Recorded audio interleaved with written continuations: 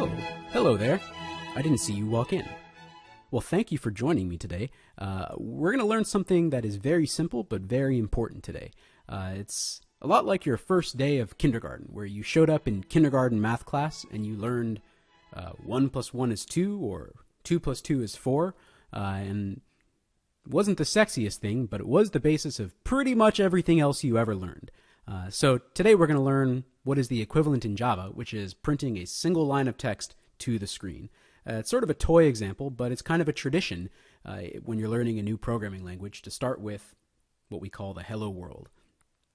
We can sort of place any language along this spectrum of what's good for machines and what's good for humans. Humans are really good at interpreting what we call natural language. Natural language is really, really complicated. I mean, you can see these examples. Kids make nutritious snacks. Well, you could read that in a couple different ways.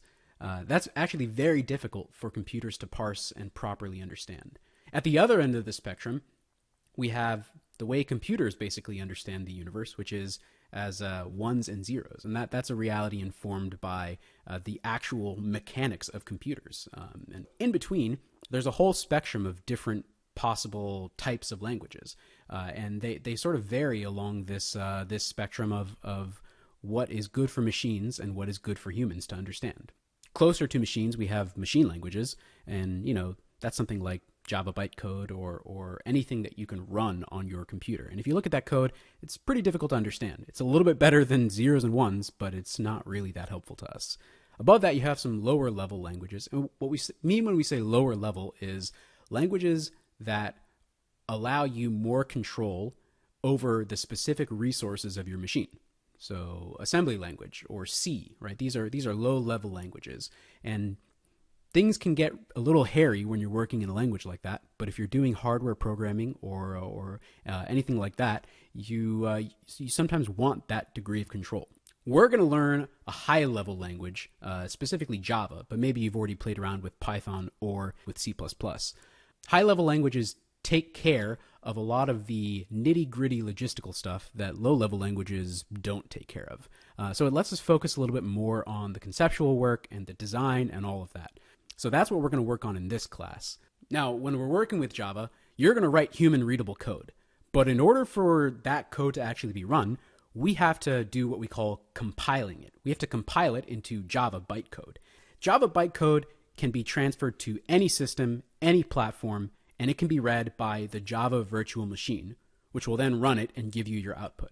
This has a bunch of advantages, right? I mean, it means that if I'm writing code on a Windows machine, because it doesn't depend on the Windows machine, because I'm going to compile it into Java bytecode and run it on the Java virtual machine, well, that means that my Java code is going to run most likely properly on your Mac machine or on somebody else's Linux machine. So the two steps here are we're going to write code that we can understand, then we're going to compile it into code that Java really prefers, and then the Java virtual machine will run that code and give us our output. So those two steps, compiling and running, those are bookended by some other steps in the creative process. The first is actually in your brain. That's where you're thinking about a solution. So in this case, we want to figure out whether a child at an amusement park is 4 feet tall. Right? You must be 4 feet tall to ride the ride. If you want to take that to what we call pseudocode, which is a sort of a way for us to organize our thoughts, it's still written in English, but it's structured and formatted in a way that's a little bit more similar to the way a computer might think. In this case, we're going to say if the kid is taller than 4, we want to display that, he's too short. Otherwise, that means if he's not taller than 4, we want to display enjoy the ride.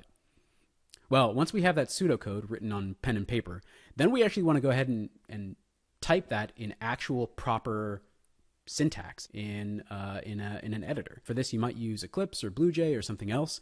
And this is the point where things have to get precise because your Java compiler has a very low fault tolerance.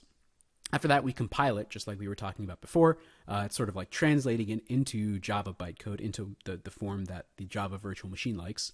And we take that bytecode and we run it on the JVM, and then we get our output.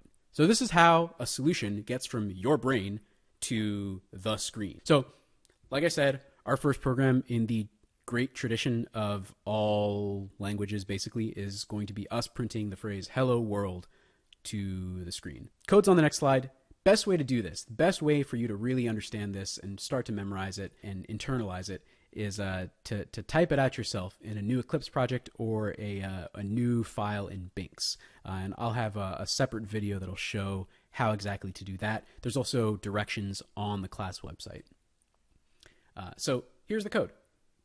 It's pretty short. It's going to do what we needed to get done. First line here, this is just a comment, right? Those 2 slashes in front mean, hey, compiler, ignore this. This is just for humans. This is not for you, silly machine. The comment is for others so that people can read your code and get little notes about how it works. But really, it's also for your future self. You're probably not going to forget how Hello World runs, but if you have a chunk of code that you're coming back to after months or years, you're going to be really glad that your past self thought to write a comment. And every good engineer I've ever known comments compulsively. It makes you more popular with your coworkers, more popular with the opposite sex. It's just a good life strategy in general. This program, it only has one class. That class is called Hello World. There's a single method in this class called main, a method. So methods are basically chunks of code, and they do stuff. We'll learn a lot more about these, and we're going to spend a lot of time. But for now, just remember, a method is pretty analogous to the mathematical idea of a function, right? It's like a magic box. You put something in, it does stuff, and you get something out, maybe. In Java, we write method names with parentheses after them. The parentheses are where we put the inputs that we're going to give to the method. So the name of this program is Hello World. It's actually the name of a class, right? You can see it says public class Hello World. But for now, before we've really talked about classes and object-oriented design, you can think of this as the name of the program. This first line here that's indented a little bit, right? That's indented a little bit. This is the specification for a method. So this is telling us a bunch of stuff about the method, public static void. These are special keywords. We call them reserved words. Don't worry about them right now. We're going to talk about them later. These are our keywords that tell us stuff about the method. Then it tells us the name of the method, and then it tells us what's going in the method. Okay. Main is a really special method. Main is like the method that tells the program, hey, start here. So your program's only going to have one main. Now, like I said, those other words, public class, public static void, you're going to know what all those mean soon enough. But for now, I just want you to trust me. Just ignore those for a little bit, right? Just include them in your program. We're gonna get to them later. But for right now, I don't want to get bogged down too much. This is the main line of action in the program. This is where we're actually doing our work. So you can see we had a class. Inside the class, there's a method, this method called main. And then the method also has curly braces, right? Open and close. And inside that method, we have a series of statements that do stuff. In this program, there's actually only one statement. It's this statement, system.out.print, print line, hello world. Okay. Statements end with semicolons. That's really important because in the same way that when you're writing an essay, if you're writing a sentence, you got to end with a period. You have to end a statement with a semicolon. Otherwise, the compiler doesn't know that you're done. Compilers are a lot worse at understanding, oh, he meant to put a period there, than a human is. So be careful with that. I guarantee that at some point soon you will experience the utter wrath of forgetting a semicolon. So for now, you can think of programming as basically just saying, hey, this is what the class is going to be called. This is what main in that program is going to do. So a couple common questions. Do I really need to type in hello world from scratch, or can I just look at your code and sort of trust that it works? You're going to want to type it in. That's partially because you want to start building the muscle memory of typing out the programs and starting to actually code. So I would recommend heartily that you actually type in the code for Hello World rather than just copying and pasting it, rather than just looking at the slides or watching the video and trusting that it works. Another question, how does Java handle when I add spaces or tabs or new lines or anything else into the code? The answer is nothing really changes. Right? Java is mostly white space insensitive. So this code chunk here at the bottom under number 2, this is going to work too. Now, the problem is that code looks like garbage, right? You can see 3 different code examples. These are all the same specific statements. They'll all compile properly. They'll all run properly. But the first 2 make you look like a fool. So it's just hard to understand. makes people question your intelligence and sanity. So it's really, really important that your code be clean and readable.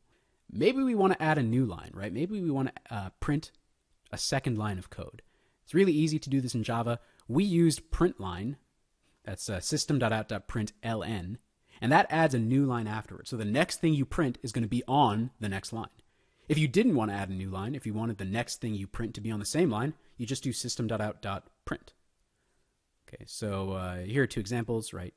Print line, why am I so print itchy? Well, that print line is going to add a new line. We end up with why am I so itchy? Two separate lines. Likewise, if we say system.out.print why am I so system.out.print itchy, well, there's no print line, so we end up with everything on the same line. The answer is I don't know why you are so itchy. Why is that hello world in quotation marks? You may have worked with this in other languages, but it means it's a string.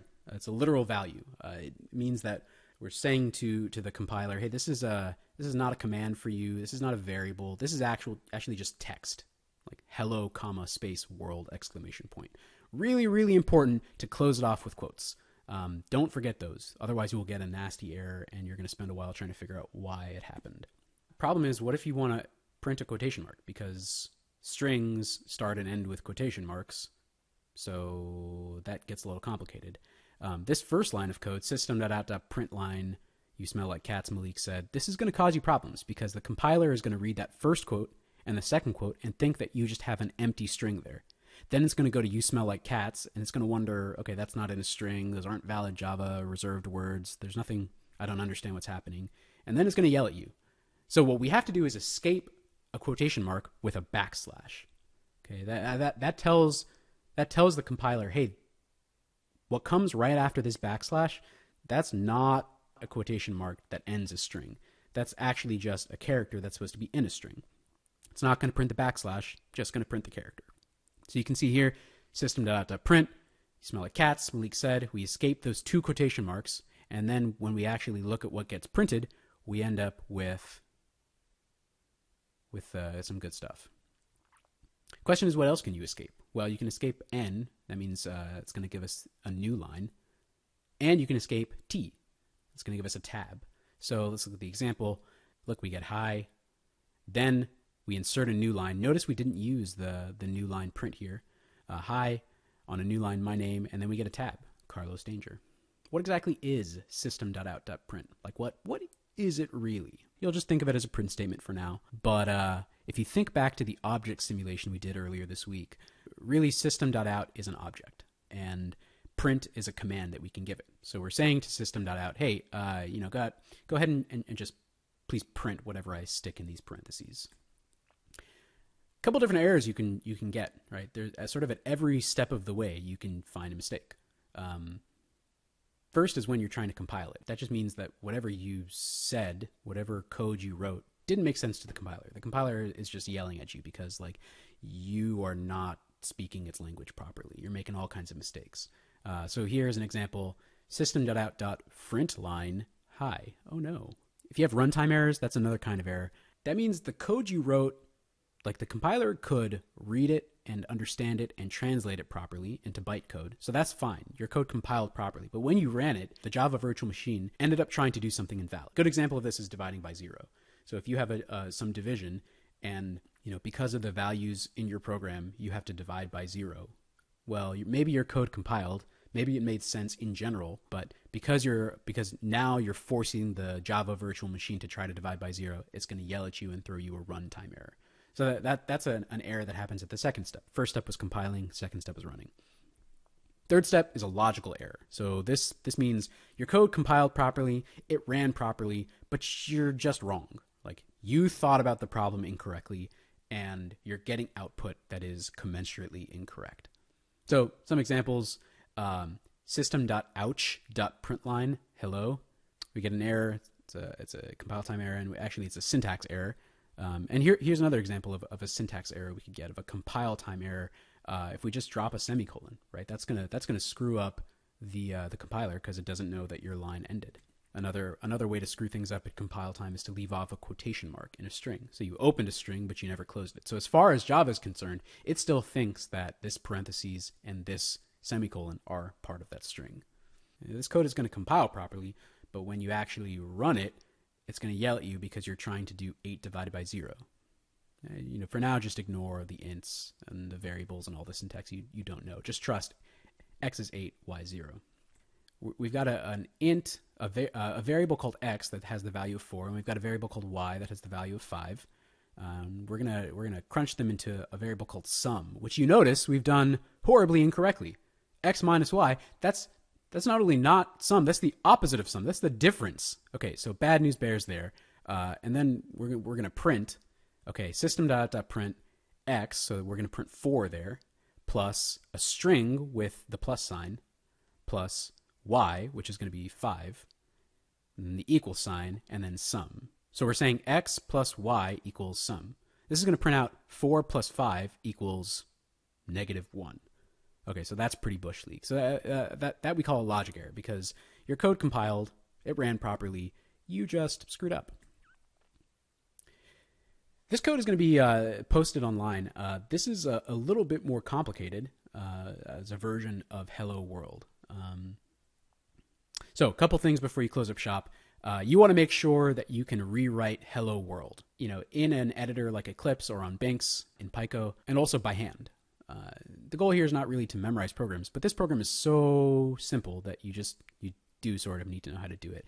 That includes being really careful and precise about syntax, about capitalization, all that kind of stuff. So I would, if I were you, take a couple minutes and write it out once or twice. Second thing is you want to make sure that you can describe how a program goes from your brain to Java code, which we then compile into bytecode and then gets run by the JVM. If you can describe that whole process flow of what happens to Java code, you're going to be in good shape. Last thing is you want to know what those 3 types of errors are: compile time, runtime, logical errors. Compile time is where your code didn't make sense to the compiler and Java yelled at you. Runtime is where your code asked the compiler, asked the JVM to do something that it just is wrong. And logical errors are when you made a mistake even though your code ran. You want to be able to pick out some common compile time errors. That's it for right now. Take a look back at these slides and shoot me an email if you have questions, and we'll see you next class.